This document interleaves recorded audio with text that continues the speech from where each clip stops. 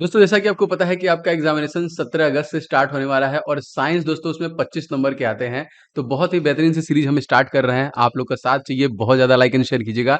जिसमें जीव विज्ञान के 25 प्रश्न, भौतिक विज्ञान के 25 प्रश्न और रसायन विज्ञान के 25 प्रश्न का कंबाइंड वीडियो में बना रहा हूँ दोस्तों।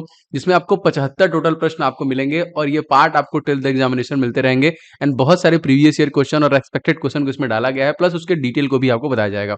तो बहुत महत्वपूर्ण ये सीरीज रहने वाली है। तो ध्यान से 75 क्वेश्चन का टेस्ट लगाइए एक तरीके से और चेक कीजिए कि आप कितने क्वेश्चन इसमें से कर पा रहे हैं। एंड दोस्तों आपसे गुजारिश है कि प्लीज वीडियो को लाइक कर दीजिएगा, इस वीडियो को शेयर कीजिएगा एंड रेलवे ग्रुप डी की कंप्लीट के लिए चैनल को सब्सक्राइब करके बेल बटन को ऑन जरूर से कर लीजिएगा। जो सबसे पहला क्वेश्चन है दोस्तों, सेलुलर और मॉलिक्यूलर जीव विज्ञान का केंद्र स्थित है।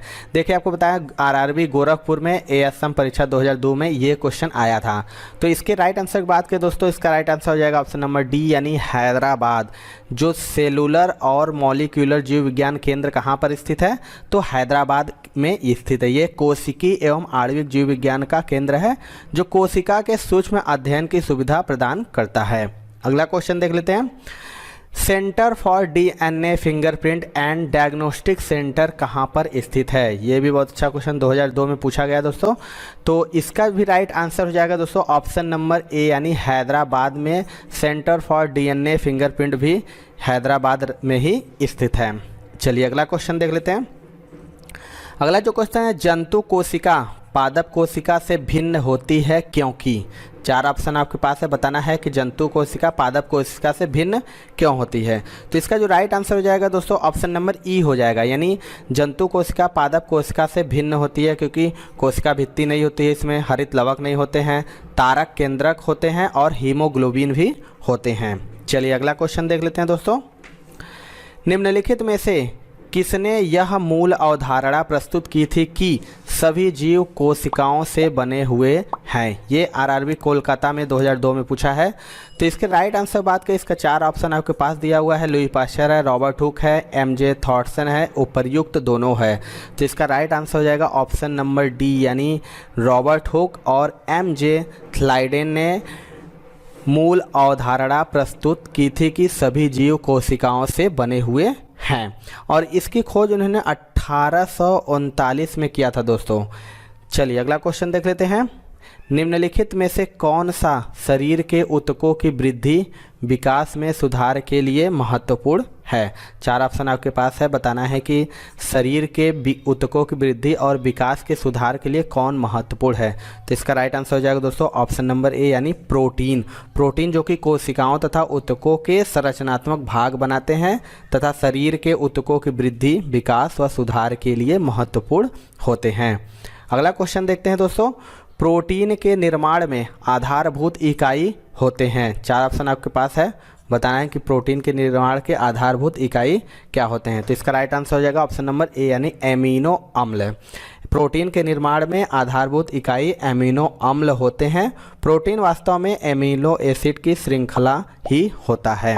चलिए अगला क्वेश्चन देख लेते हैं, प्रोटीन बनाने के लिए अमीनो अम्ल आवश्यक होते हैं, मतलब कितना चाहिए प्रोटीन बनाने के लिए अमीनो अम्ल की। तो इसका राइट आंसर हो जाएगा दोस्तों ऑप्शन नंबर सी यानी 20 हो जाएगा।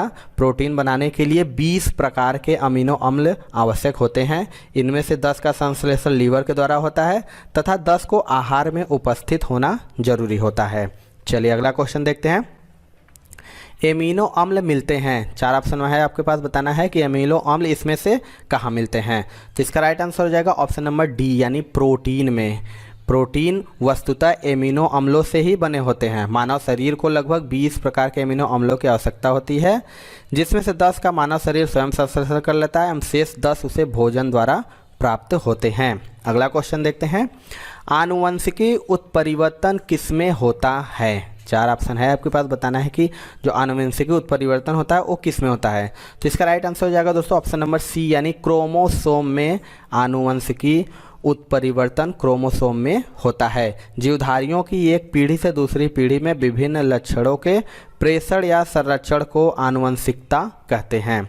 चलिए अगला क्वेश्चन देख लेते हैं, जीन परिवर्तन किसमें होता है। चार ऑप्शन है आपके पास, बताना है कि जो जीन परिवर्तन होता है वो इनमें से किस में होता है।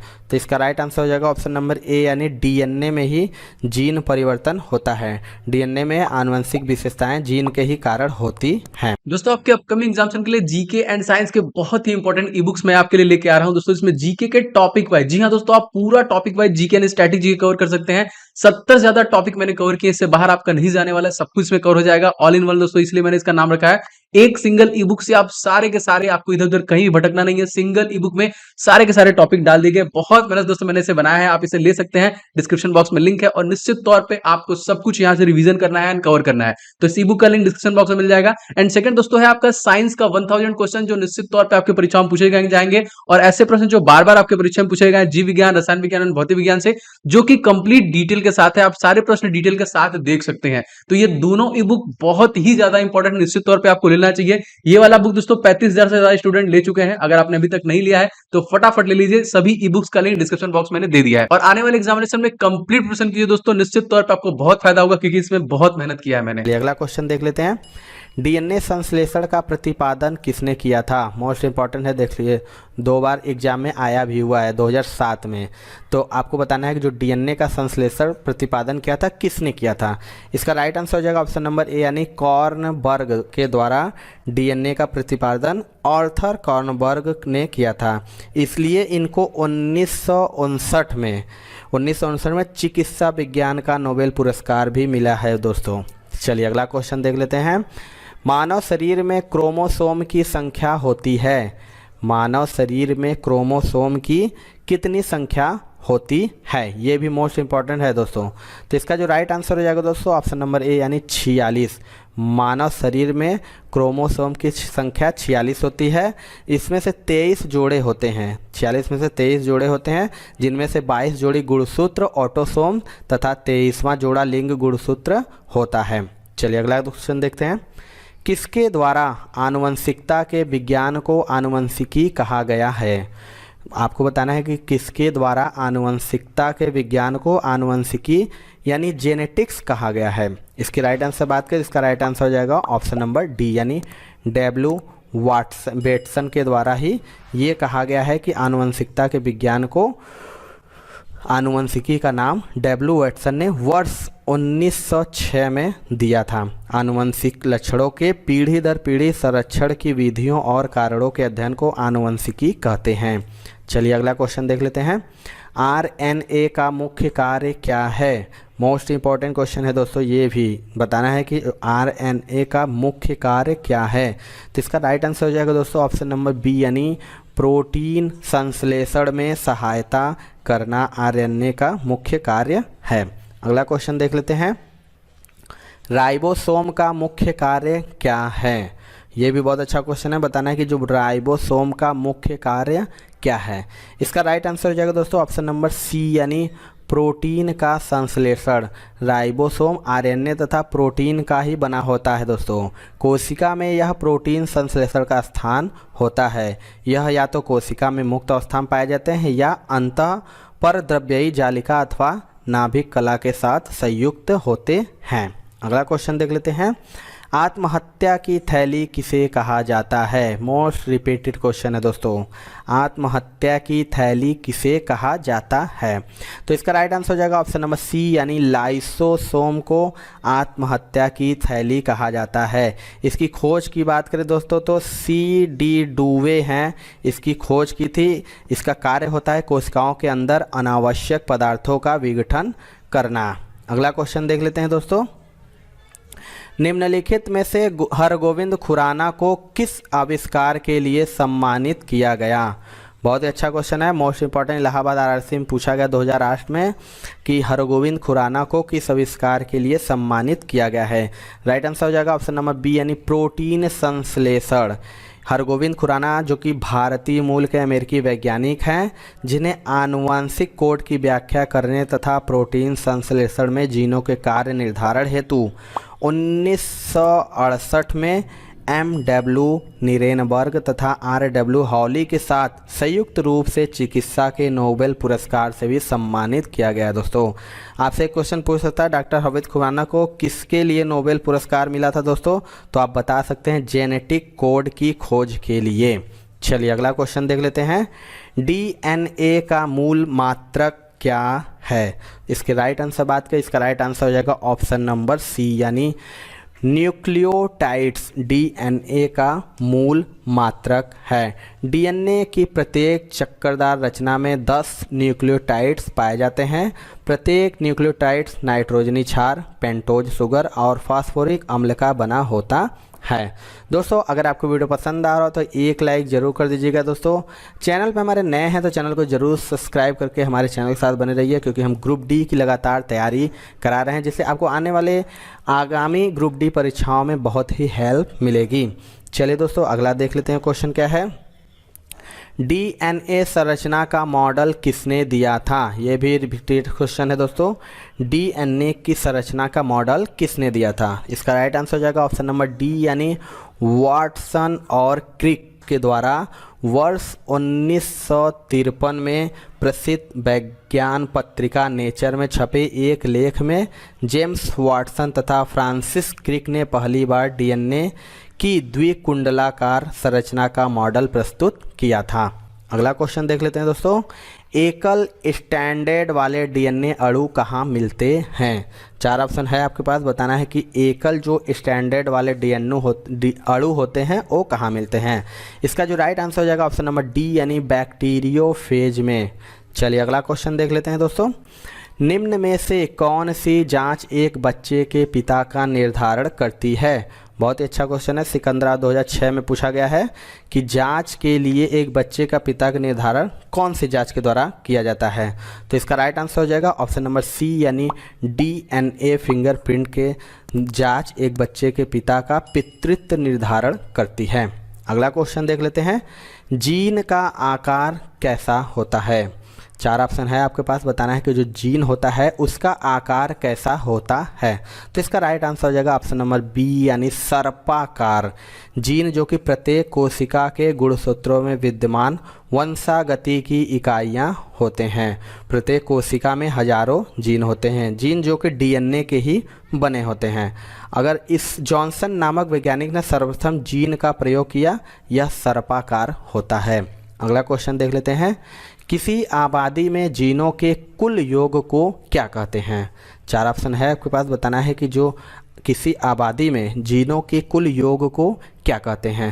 तो इसका जो राइट आंसर हो जाएगा दोस्तों ऑप्शन नंबर सी यानी जीन बस्ती कहा जाता है।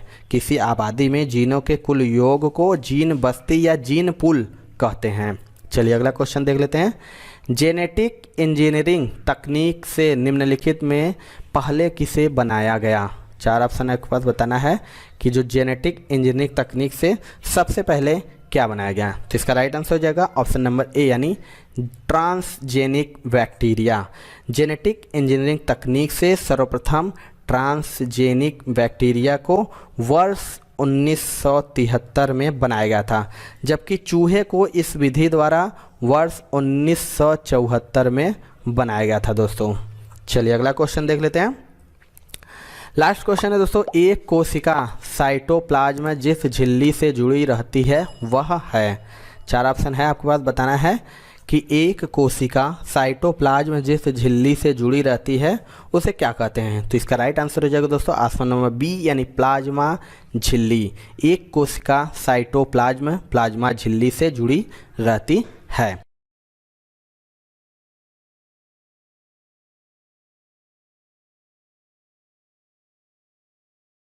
सबसे पहले क्वेश्चन की बात करें तो प्रकाश वर्ष किसका एकक होता है? मोस्ट इंपॉर्टेंट ये रिपीटेड क्वेश्चन है दोस्तों। देखिए इसमें यहाँ पे हमने लिखा हुआ है कि किस एग्जाम में कब पूछा गया है। तो अगर इसके राइट आंसर की बात करें तो जो प्रकाश वर्ष किसका एकक है, तो इसका राइट आंसर हो जाएगा दोस्तों ऑप्शन नंबर बी यानी दूरी डिस्टेंस जो होता है प्रकाश वर्ष डिस्टेंस का यानी प्रकाश वर्ष दूरी मापन की इकाई है। प्रकाश द्वारा निर्वात में एक वर्ष में तय की गई दूरी को एक प्रकाश वर्ष कहते हैं। अगला क्वेश्चन देख लेते हैं दोस्तों।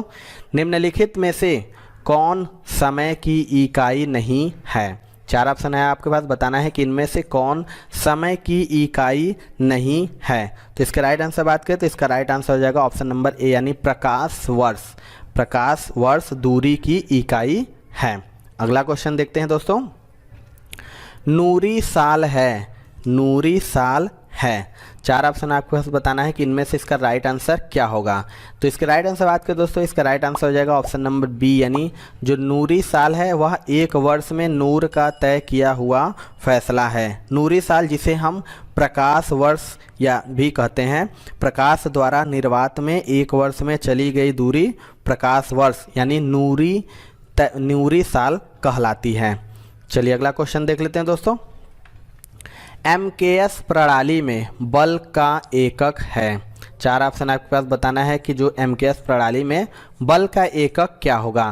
तो इसका जो राइट आंसर हो जाएगा दोस्तों ऑप्शन नंबर बी यानी न्यूटन जो है एमकेएस प्रणाली में बल का एकक है। अगर एमकेएस प्रणाली में बात करें तो लंबाई है, द्रव्यमान और समय के मात्रक क्रमशः मीटर, किलोग्राम और सेकेंड होते हैं। अगला क्वेश्चन देखते हैं दोस्तों। एंगस्ट्रॉम को अभिव्यक्त करने की इकाई क्या है। चार ऑप्शन है आपके पास, बताना है कि जो एंगस्ट्रॉम है उसको अभिव्यक्त करने की इकाई क्या है। तो इसका जो राइट आंसर हो जाएगा दोस्तों ऑप्शन नंबर सी यानी लंबाई। एंगस्ट्रॉम को अभिव्यक्त करने की जो इकाई है वो है लंबाई। अगला क्वेश्चन देख लेते हैं दोस्तों। एक बार बराबर होता है, एक बार इनमें से किसके बराबर होता है। तो इसके राइट आंसर बात करें दोस्तों, इसका राइट आंसर हो जाएगा ऑप्शन नंबर सी यानी 10 के पावर 5 पास्कल एक बार के बराबर होता है। दोस्तों एक पास्कल की अगर हम बात करें तो 1 न्यूटन प्रति मीटर स्क्वायर होता है और एक बार की बात करें तो 10 के पावर 5 न्यूटन प्रति मीटर स्क्वायर होता है। इसीलिए एक बार बराबर हो जाता है 10 के पावर 5 पास्कल। अगला क्वेश्चन देख लेते हैं दोस्तों। ल्यूमेन किसका मात्रक है। मोस्ट इंपॉर्टेंट है, ये रिपीटेड क्वेश्चन है दोस्तों।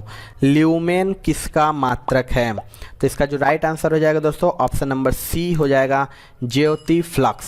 ल्यूमेन जो कि ज्योति फ्लक्स का मात्रक है। किसी स्रोत द्वारा एक सेकेंड में उत्सर्जित प्रकाशमितीय ऊर्जा को ज्योति फ्लक्स अथवा प्रकाशमितीय शक्ति कहते हैं। अगला क्वेश्चन देख लेते हैं दोस्तों। ज्योति तीव्रता का मात्रक क्या है। ज्योति तीव्रता का मात्रक इनमें से क्या होगा। तो इसका जो राइट आंसर हो जाएगा दोस्तों ऑप्शन नंबर बी हो जाएगा कैंडेला। कैंडेला ज्योति तीव्रता का मात्रक है। इसे ल्यूमेन या स्टेरेडियन भी कहा जाता है। यह एक मूल मात्रक है। अगला क्वेश्चन देख लेते हैं दोस्तों। कैंडेला मात्रक है, कैंडेला किसका मात्रक है। तो इसका जो चार ऑप्शन दिया है आपके पास, इसमें से बताना है जो कैंडेला है वो किसका मात्रक है। तो इसका राइट आंसर हो जाएगा दोस्तों ऑप्शन नंबर बी डी यानी ज्योति तीव्रता का ही मात्रक कैंडेला भी है। अगला क्वेश्चन देखते हैं दोस्तों। श्यानता की एसआई इकाई क्या है। चार ऑप्शन है आपके पास, इसमें बताना है जो श्यानता है उसकी एसआई इकाई क्या होगी। तो इसका जो राइट आंसर हो जाएगा ऑप्शन नंबर सी यानी पॉइजूली। जो श्यानता की एसआई इकाई है वो पॉइजूली है। धारा रेखी प्रवाह के लिए किसी द्रव की दो क्रमागत परतों के बीच कार्य करने वाला जो बल होता है वो श्यानता बल कहलाता है। अगला क्वेश्चन देखते हैं दोस्तों। प्लांक नियतांक H की बीमा समान है। इनमें से चार ऑप्शन है, इसमें से बताना है कि जो प्लांक नियतांक है H की बीमा इनमें से किससे समान है। तो इसका जो राइट आंसर हो जाएगा ऑप्शन नंबर ए यानी कोणीय संवेग के। प्लांक नियतांक H की बीमा कोणीय संवेग के समान है। चलिए दोस्तों अगला क्वेश्चन देखते हैं। किलोवाट घंटा किसकी इकाई है। किलोवाट घंटा किसकी इकाई है। चार ऑप्शन है शक्ति, ऊर्जा, आवेग, बल। इनमें से बताना है कि इसका जो किलोवाट घंटा की किसकी इकाई है। तो इसका राइट आंसर हो जाएगा दोस्तों ऑप्शन नंबर बी यानी ऊर्जा की। 1 किलोवाट शक्ति द्वारा यदि 1 घंटे तक कार्य किया जाता है तो उसमें खर्च ऊर्जा 1 किलोवाट घंटा कहलाती है। अतः यह ऊर्जा की इकाई है। अगला क्वेश्चन देखते हैं दोस्तों। त्वरण की इकाई क्या है। मोस्ट इंपॉर्टेंट ये भी है, देखिए 2 बार आया हुआ है। त्वरण की इकाई क्या है। तो इसमें जो राइट आंसर हो जाएगा दोस्तों ऑप्शन नंबर सी हो जाएगा। त्वरण की जो इकाई है मीटर प्रति सेकेंड स्क्वायर त्वरण की इकाई हो जाएगी। अगला क्वेश्चन देख लेते हैं दोस्तों। 1 किलोग्राम में कितने मिलीमीटर होते हैं? 1 किलोग्राम में इनमें से बताना है कि कितने मिलीमीटर होते हैं। तो इसका जो राइट आंसर हो जाएगा दोस्तों ऑप्शन नंबर सी हो जाएगा, यानी 10 लाख। 1 किलोमीटर में कितने मिलीमीटर होते हैं? तो 10 लाख हो जाएगा। अगला क्वेश्चन देख लेते हैं दोस्तों। एक फेमटो बराबर होता है, एक फेमटो किसके बराबर इनमें से होता है? तो इसका जो राइट आंसर हो जाएगा दोस्तों ऑप्शन नंबर बी हो जाएगा। एक फेमटो जो कि 10 के पावर -15 मीटर के बराबर होता है। एसआई सिस्टम में फेमटो 10 के पावर -15 को दर्शाता है। इसको 1964 ईस्वी में स्वीकार किया गया था। इसमें मीटर लगा देने पर यह फेमटोमीटर हो जाता है, जिसका मान 10 के पावर -15 मीटर होगा। चलिए दोस्तों अगला क्वेश्चन देखते हैं। 1 माइक्रोन किसके बराबर होता है? मोस्ट इम्पॉर्टेंट है ये भी दोस्तों। 1 माइक्रोन किसके बराबर होता है? तो इसका जो राइट आंसर हो जाएगा दोस्तों ऑप्शन नंबर डी हो जाएगा। 0.001 मिमी के बराबर 1 माइक्रोन होता है। चलिए दोस्तों अगला क्वेश्चन देखते हैं। किसी तारे की दूरी को मापने के लिए प्रयुक्त यूनिट कौन सी है? इनमें से जो तारे की दूरी किसके द्वारा मापा जाता है? तो इसके राइट आंसर बात करें तो दोस्तों इसका राइट आंसर हो जाएगा ऑप्शन नंबर सी, यानी प्रकाश वर्ष। किसी तारे की दूरी नापने के लिए प्रकाश वर्ष इकाई के रूप में प्रयुक्त होता है। दोस्तों एक प्रकाश वर्ष की बात करें तो 9.46 × 10 के पावर 15 मीटर होता है, एक प्रकाश वर्ष बराबर। चलिए दोस्तों अगला क्वेश्चन देखते हैं। गति के नियमों का प्रतिपादन किसने किया था? मोस्ट रिपीटेड इंपॉर्टेंट क्वेश्चन है ये। गति के नियमों का प्रतिपादन किसने किया था? तो इसका जो राइट आंसर हो जाएगा दोस्तों ऑप्शन नंबर बी हो जाएगा, न्यूटन ने। गति के नियमों का सबसे पहले महान वैज्ञानिक सर आइजक न्यूटन ने 1687 ईस्वी में गति विषयक 3 नियमों का प्रतिपादन अपनी पुस्तक प्रिंसिपिया में किया था। अगला क्वेश्चन देख लेते हैं दोस्तों। न्यूटन के गति के प्रथम नियम से किस राशि की परिभाषा मिलती है? इनमें से बताना है कि जो न्यूटन के गति का प्रथम नियम है किस राशि की परिभाषा मिलती है। तो इसका राइट आंसर हो जाएगा दोस्तों ऑप्शन नंबर डी, यानी एक समान गति। जो न्यूटन की गति का प्रथम नियम यह व्यक्त करता है कि किसी बाह्य बल के अभाव में वस्तु की गति या विरामावस्था में कोई परिवर्तन नहीं होता है, अर्थात यह एक समान गति को भी व्यक्त करता है। दोस्तों अगर आपको वीडियो पसंद आ रहा हो तो प्लीज़ दोस्तों एक लाइक ज़रूर करिएगा, क्योंकि आपके लाइक करने से ही मोटिवेशन मिलता है कि आपको वीडियो पसंद आ रहा है। चलिए दोस्तों अगला क्वेश्चन देखते हैं। किसी स्थित या गतिशील वस्तु की स्थिति और दिशा में तब तक कोई परिवर्तन नहीं होता जब तक उस पर कोई बाह्य बल सक्रिय ना हो। यह क्या कहलाता है? इनमें से आपको बताना है, 4 ऑप्शन दिए हैं कि इसका जो राइट आंसर क्या होगा। तो इसके राइट आंसर हो जाएगा दोस्तों ऑप्शन नंबर ए, यानी न्यूटन का गति विषयक प्रथम नियम है। चलिए दोस्तों अगला क्वेश्चन देख लेते हैं। कालीन से धूल हटाते समय हम इसको अचानक झटका देते हैं अथवा छड़ी से पीटते हैं, इसका क्या कारण है? 4 ऑप्शन है, इसके उस बताना है कि इसका राइट आंसर क्या होगा। तो इसका जो राइट आंसर हो जाएगा दोस्तों ऑप्शन नंबर ए, यानी जब कालीन से धूल हटाते हैं तो विराम के जड़त्व में धूल अपना स्थान जमा लेती है तथा कालीन से धूल तभी हटती है जब कालीन में गति प्रदान की जाती है।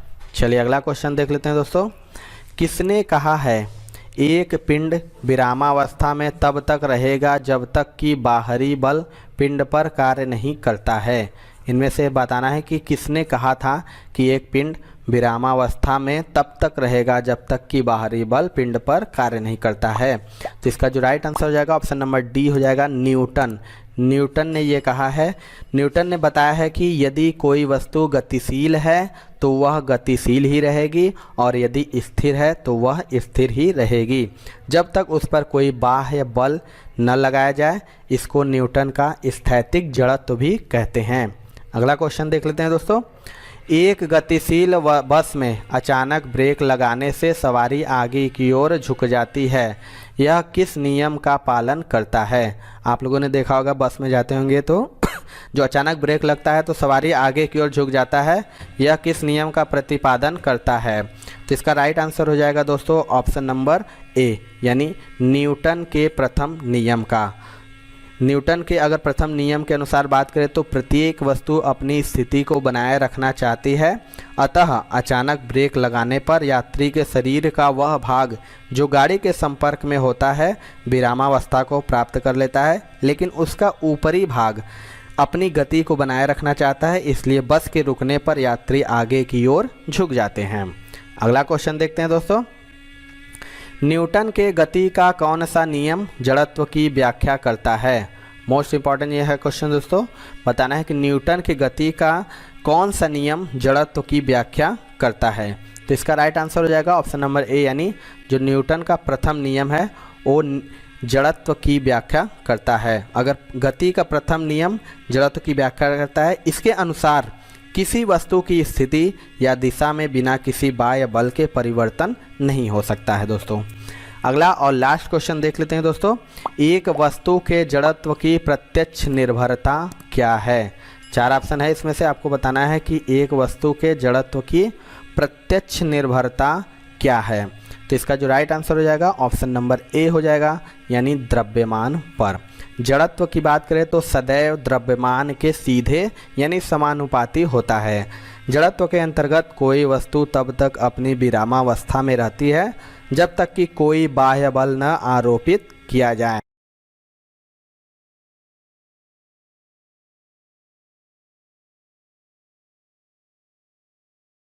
तो सबसे पहले क्वेश्चन की बात करें दोस्तों है विद्युत रूप से परमाणु क्या है? मोस्ट इंपॉर्टेंट क्वेश्चन है दोस्तों, विद्युत रूप से परमाणु क्या है? 4 ऑप्शन आपके पास है, इसमें से आपको बताना है। अगर आपको आंसर आ रहा है तो कमेंट सेक्शन में आप उसका आंसर भी बता सकते हैं। तो इसका राइट आंसर हो जाएगा दोस्तों ऑप्शन नंबर ए, यानी उदासीन। उदासीन जो है विद्युत रूप से परमाणु उदासीन है, यानी परमाणु विद्युत रूप से उदासीन होता है क्योंकि इसमें इलेक्ट्रॉन तथा प्रोटॉन की संख्या समान होती है। चलिए अगला क्वेश्चन देखते हैं दोस्तों। किसी रेडियो सक्रिय वस्तु से उत्सर्जित अल्फा किरणें हैं? 4 ऑप्शन है आपके पास, इसमें से बताना है कि जो किसी रेडियो सक्रिय वस्तु से उत्सर्जित अल्फा किरणें क्या हैं। तो इसका जो राइट आंसर हो जाएगा दोस्तों ऑप्शन नंबर सी, यानी हीलियम नाभिक। अल्फा किरणें दोस्तों 2 प्रोटॉन तथा 2 न्यूट्रॉन से मिलकर बनी होती है तथा ये हीलियम नाभिक को प्रदर्शित करती है। अगला क्वेश्चन देखते हैं दोस्तों। सोडियम क्लोराइड में क्या होता है? बताना है आपको कि जो सोडियम क्लोराइड होता है इनमें से क्या होता है उसमें। तो इसका भी राइट आंसर हो जाएगा दोस्तों ऑप्शन नंबर बी, यानी सोडियम क्लोराइड में वैद्युत संयोजी बंध होता है। फार्मूला की बात करें सोडियम क्लोराइड की दोस्तों तो NaCl होता है। इसमें वैद्युत संयोजी बंध होते हैं। वैद्युत संयोजक यौगिक 2 विपरीत आवेश युक्त आयनों से निर्मित होते हैं। अगला क्वेश्चन देख लेते हैं दोस्तों। सहसंयोजी यौगिक का एक उदाहरण है। 4 ऑप्शन है आपके पास, इसमें से बताना है कि जो सहसंयोजी यौगिक का इनमें से कौन सा उदाहरण है। तो इसका राइट आंसर हो जाएगा दोस्तों ऑप्शन नंबर सी, यानी CHCl3। यह सहसंयोजी यौगिक का एक उदाहरण है। चलिए अगला क्वेश्चन देख लेते हैं। फेरिक ऑक्साइड में लोहे की संयोजकता क्या है? 4 ऑप्शन है, इसमें से आपको बताना है जो फेरिक ऑक्साइड होता है उसमें लोहे की संयोजकता कितनी है। तो इसका राइट आंसर हो जाएगा दोस्तों ऑप्शन नंबर ए, यानी +3। फेरिक ऑक्साइड की बात करें दोस्तों तो Fe2O3 होता है, एक अकार्बनिक यौगिक है ये। इसमें फेरिक आयन यानी Fe3+ जो की संयोजकता +3 होती है, तो यही हो जाएगा जो फेरिक ऑक्साइड में लोहे की संयोजकता +3 होती है। चलिए नेक्स्ट क्वेश्चन देखते हैं। निम्नलिखित में से कौन सा कण अस्थायी है? 4 ऑप्शन है आपके पास, इनमें से बताना है कि कौन सा कण अस्थायी है। तो इसका जो राइट आंसर हो जाएगा दोस्तों ऑप्शन नंबर डी, यानी न्यूट्रिनो।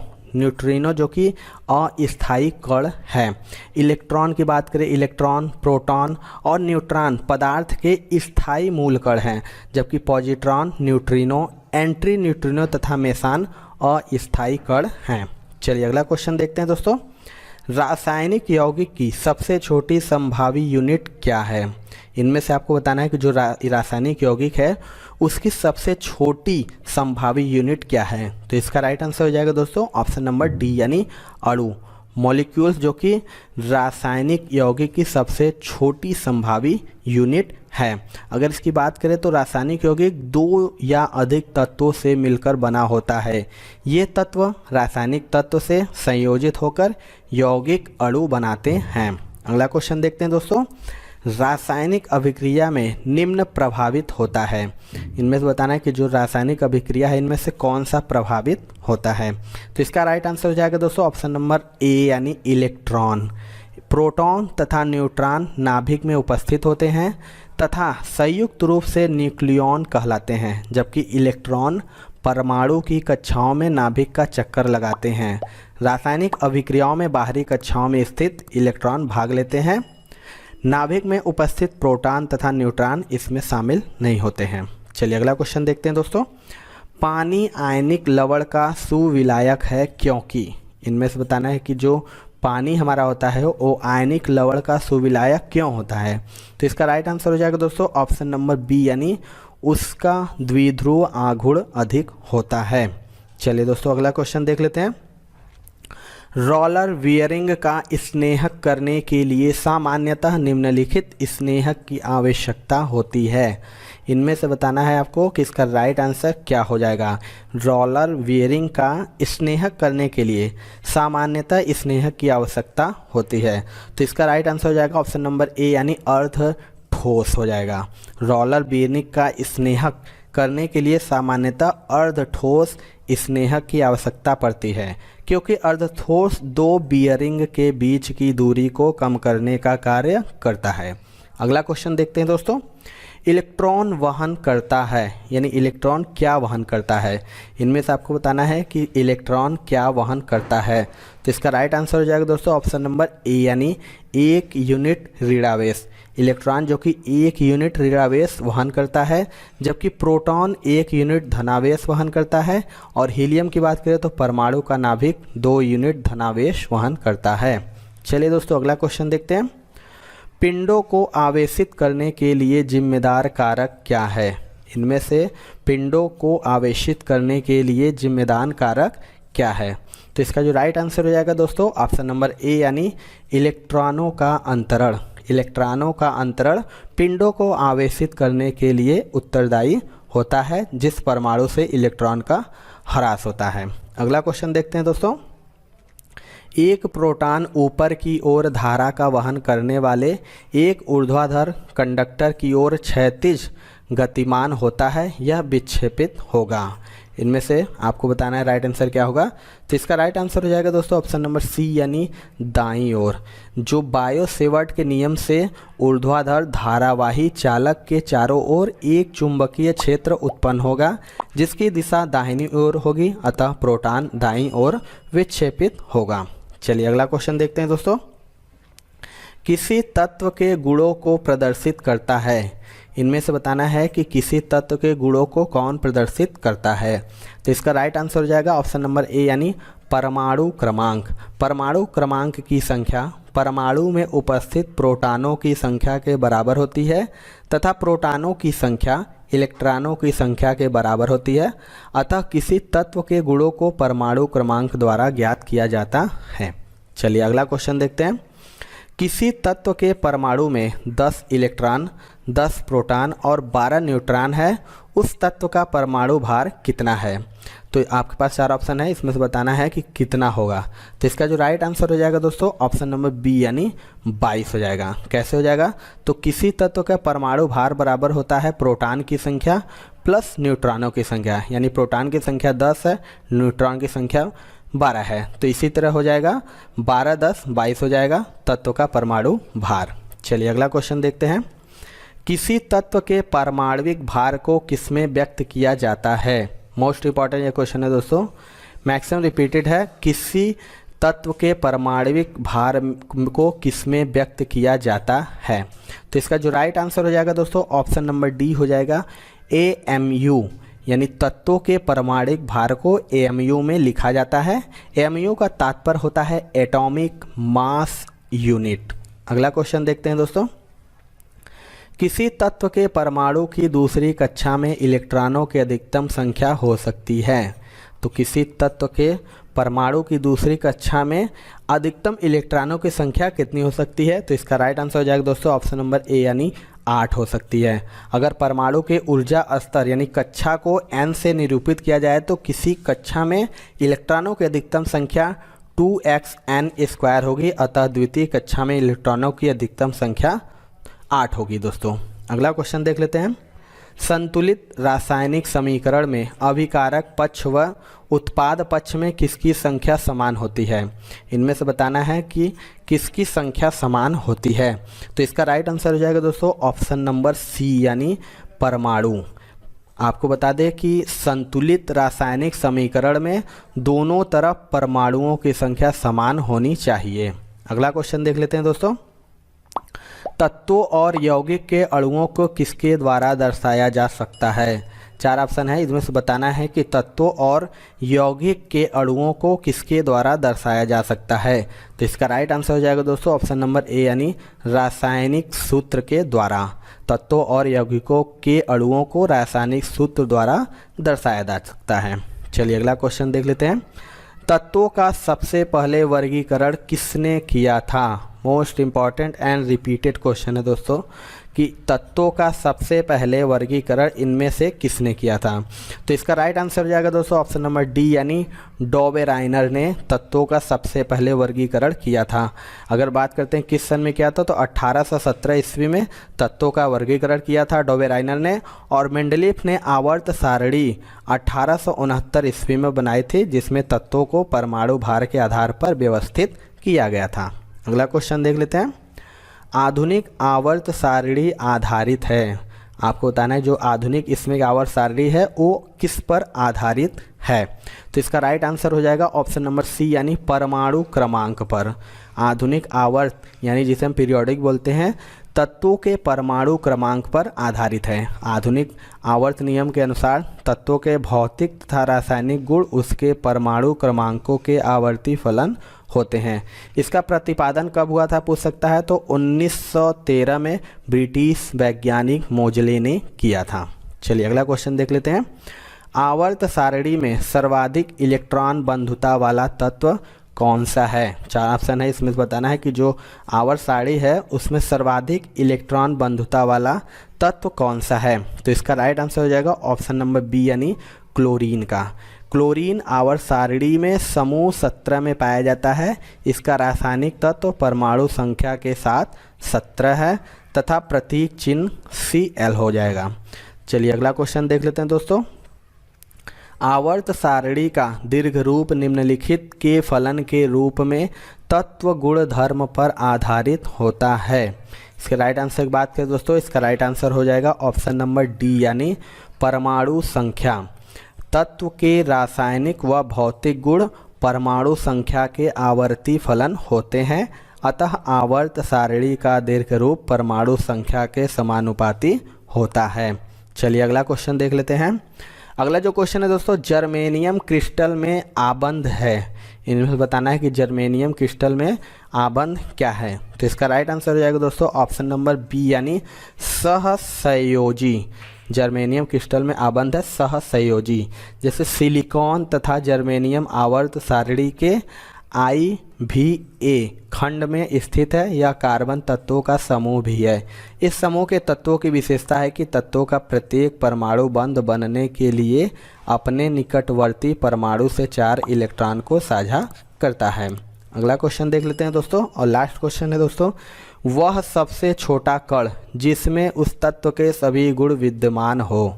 मोस्ट इम्पॉर्टेंट मैक्सिम है, तो बताना है कि वह सबसे छोटा कण कौन सा होता है जिसमें उस तत्व के सभी गुण विद्यमान हो। तो इसका राइट आंसर हो जाएगा ऑप्शन नंबर ए यानी परमाणु। न्यूक्लियर जो कि परमाणु तत्व का सबसे छोटा कण होता है जिसमें तत्व के सभी गुण विद्यमान रहते हैं, परंतु यह स्वतंत्र अवस्था में नहीं रह सकता है। स्वतंत्र अवस्था में रहने वाला सबसे छोटा कण अणु होता है जिसमें यौगिक के सभी गुण मौजूद होते हैं। तो ये थी दोस्तों आज की वीडियो। आपको वीडियो कैसा लगा कमेंट सेक्शन में ज़रूर बताइएगा। दोस्तों वीडियो अगर पसंद आया हो तो एक लाइक ज़रूर कर दीजिएगा, क्योंकि आपके लाइक से हमें मोटिवेशन मिलता है कि आपको वीडियो पसंद आ रहा होगा। चैनल पे नए हैं तो चैनल को सब्सक्राइब करके बेल आइकन जरूर दबा लीजिएगा, जिससे हम कोई वीडियो डालेंगे इसका नोटिफिकेशन आपको मिलता रहेगा, क्योंकि इस चैनल के माध्यम से आपको ग्रुप डी की तैयारी लगातार कराई जा रही है, जो कि आगामी समय में होने वाला है, जिससे आपको बहुत हेल्प मिलेगी। तो मिलते हैं दोस्तों अपने अगले वीडियो में, तब तक के लिए जय हिंद जय भारत।